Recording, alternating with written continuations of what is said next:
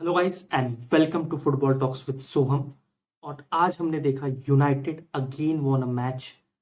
3-3 हो चुका है यूनाइटेड का and what a great start by Manchester United pre season में। एंड दिख रहा है इंप्रूवमेंट, दिख रहा है कर्व, दिख रहा है इंप्रूवमेंट का कर्व है।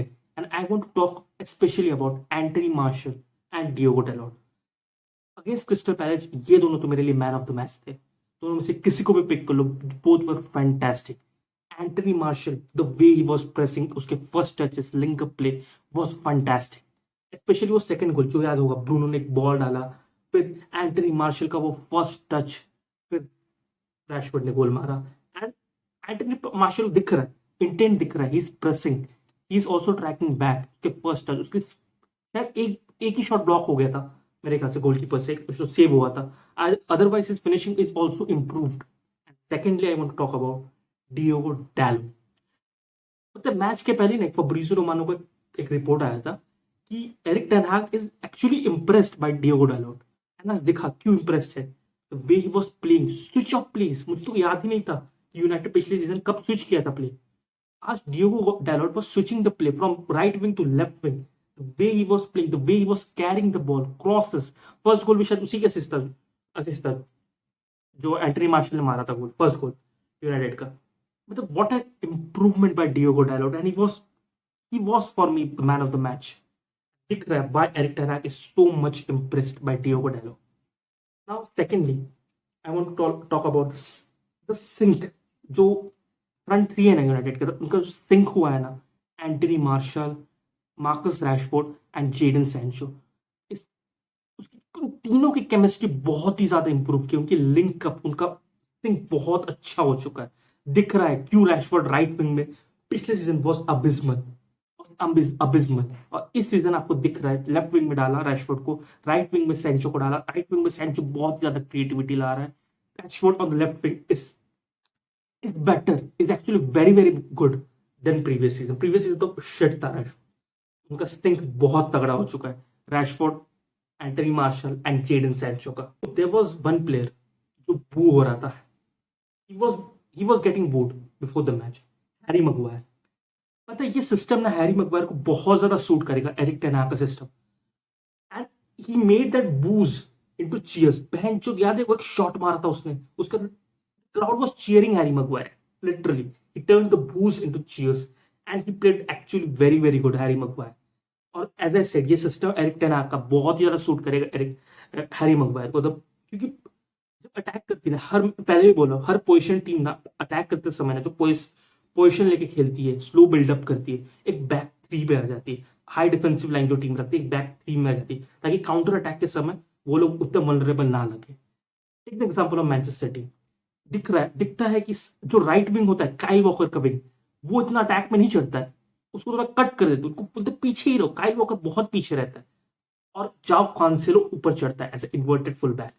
बट जब जब काइल वॉकर चढ़ता है तो कोई तीसरा आ जाता है, लाइक रॉड्री बीच में आ जाता है to maintain that back three. Same goes with Barcelona. Barcelona में डैनी एल्वेस था या डेस्ट था, या same goes with Liverpool. Liverpool भी रॉबर्टसन पीछे रखते हैं वो लोग, ट्रेंट को ज्यादा मौका मिलता है आगे जाने का। In this case Tyrell Malacia था गेम में as a back three, the third left centre back जो था, एक कवर दे रहा था हैरी मगवायर को। हैरी मगवायर उतना भी बॉल कैरी नहीं कर रहा है, उसका रोल भी लिमिट कर दिया कि इतना आगे मत चढ़ना। साथ साथ हैरी मगवायर क्या कर रहा था, his crossfield balls was fantastic. Right centre back से इतने तगड़े तगड़े क्रॉसफील्ड दे रहे थे। Ball playing ability is very good Harry Maguire का। और दिख रहा था कैसे राइट विंग से लेफ्ट साइड में डाल रहा था बॉल, वाज वेरी गुड। और जब जब बॉल कैरी कर भी रहा था ना, ही नोज दो प्लेयर है, Tyrell मलासिया is very fast and very physical, उसको इतना निकाल देना उसको बॉल से मतलब उससे ड्रिबल पास होना is very difficult. Tyrell Malacia is there. And दूसरी तरफ लिंडलॉफ भी है, he knows that he has a cover. Harry Maguire जब चढ़ रहा था ना, he was good, he was looking sharp. So Tyrell Malacia, मतलब मेरे ख्याल से यूनाइटेड को जब भी प्रीमियर लीग का फर्स्ट मैच होगा, I would pick up Tyrell Malacia before Luke Shaw, because defensively Luke Shaw से बेटर है। और टायरन मलासिया रहने से बैक थ्री का वो सिस्टम इट कैन वर्क।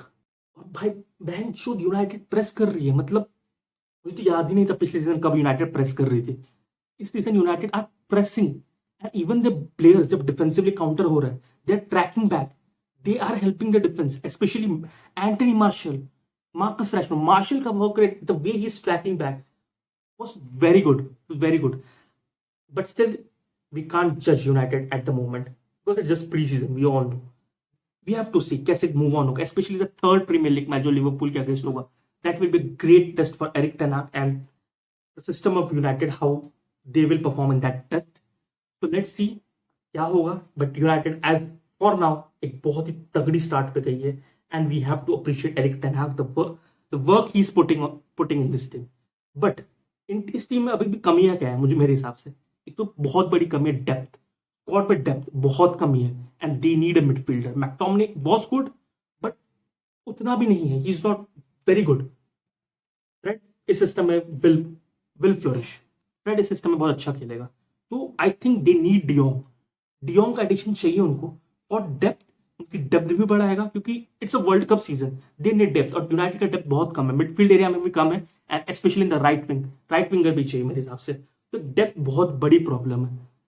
दूसरी प्रॉब्लम जो मुझको लगती है, जो एरिक टेन हाग ने भी अपने प्रेस कॉन्फ्रेंस में बोला है, the way United are pressing. Yes they are pressing very good but there were many switch balls जो क्रिस्टल पैलेस के थे, क्रॉस बॉल्स आ रहे थे, उनको रोक सकती थी यूनाइटेड अगर वो यूनाइटेड पहले प्रेस करती. थोड़ा स्टार्टिंग ऑफ द प्रेस थोड़ा सा और इंप्रूव होना चाहिए. एरिक टेन हाग ने प्रेस कॉन्फ्रेंस में भी ये बोला है. तो आई फील ये दो चीजें इंप्रूव करनी होगी. The depth of the squad should be improved. United की डेप्थ बहुत कम है मेरे हिसाब से. तो let's see. It's a good start for Erik ten Hag. तो let's hope for the best. क्या होगा. Now coming to an update. Jules Kounde तो भाई ऐसा लग रहा है कभी इधर जा रहा है कभी उधर जा रहा है. कान से क्या होगा literally. It's an open race form. At the moment I will go with 50-50. कुछ भी हो सकता है क्योंकि पहले एक न्यूज था उस समय मुझको लगा था कि शायद Jules Kounde will go to Barcelona. Gerard Romero का न्यूज था.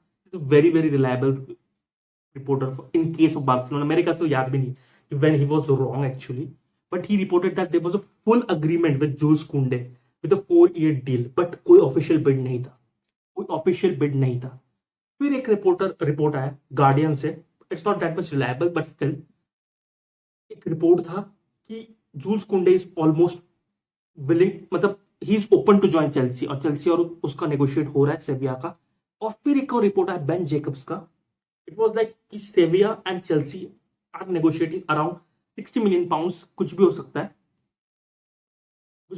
है. Let's see. It's still an open race but Barcelona have to respond quickly. क्योंकि इंग्लिश रिपोर्ट्स बहुत सारी जगह से रिपोर्ट्स आ रहा है कि ये केस वैसा नहीं रफीना वाला कि Kounde can go to Chelsea. Raphinha was like I want to go to Barcelona, बस बार्सिलोना या तो कोई नहीं. बट एक फब्रिजियो ने अपने पॉडकास्ट में बोला था बहुत इंटरेस्टिंग पॉइंट कि बार्सिलोना आर गोइंग, मतलब चेल्सी क्या सेविया से ज्यादा नेगोशिएट करी but Barcelona are trying for Jules Kounde ताकि उसको कन्विंस कर सके कि देयर इज अ फीलिंग कि रफीना जैसा ही हो सकता है डील. जैसे रफीना को कन्विंस किया था बार्सिलोना की तू मना कर दे कोई भी क्लब आएगा कि I want to go to Barcelona only. तो यही ट्राई कर रही है बार्सिलोना इस बार भी. They are going for agreement with Jules Kounde only. They want कि जूल्स कुंडे ऐसे ही करेंगे, थोड़ा वेट करो हम लोग बिड डालेंगे. As what happened with Raphinha, थोड़ा वेट किया रफीना के लिए बिड डाला, लीड्स को भी अपना पैसा मिला है और रफीना को अपना ड्रीम क्लब भी मिला बार्सिलोना. तो वही इस बार भी बार्सिलोना यही ट्राई करे. फब्रिजियो ने अपने पॉडकास्ट में यही बोला there is a feeling of this कि दिस कैन हैपन. तो let's see. For me it's still an open race. कुछ भी हो सकता है. And there was one more thing कि अगर जूल्स कुंडे बार्सिलोना जाएगा ना तो things may complicate for Azpilicueta and Marcos Alonso. Chelsea might complicate. ये एक पहला रिपोर्ट था फब्रिजियो रोमानो का और उसके बाद इन्होंने रिपोर्ट किया, फब्रिजियो ने रिपोर्ट किया कि Barcelona are negotiating for Azpilicueta. शायद जूल्स कुंडे, शायद there is a big chance कि he might go to Chelsea. थोड़ा सा एक ज्यादा परसेंटेज इसके लिए मैं बोलूंगा कि शायद वो चेल्सी जा सकता है. तो इट माइट टर्न आउट क्योंकि शायद बार्सिलोना विल गो फॉर एस्पिलिकेटा ताकि डील कॉम्प्लिकेट ना हो. ही माइट बोले कि छोड़ो ठीक है जूल्स कुंडे तुम लोग ले लो, give us Azpilicueta and Marcos Alonso. But still I would prefer Jules Kounde over Azpilicueta and Marcus Alonso because Marcus Alonso is not an upgrade on Jordi Alba. And Azpilicueta right back की जगह हम लोग Jules Kounde को भी खिला सकते हैं क्योंकि आई फील कि Barcelona will go with the back 3 system ही जाएगी इस सीजन. तो लेट्स सी क्या होता है. Guys if you like my content please like the video and please subscribe to our channel. Stay tuned for the next video. Thanks.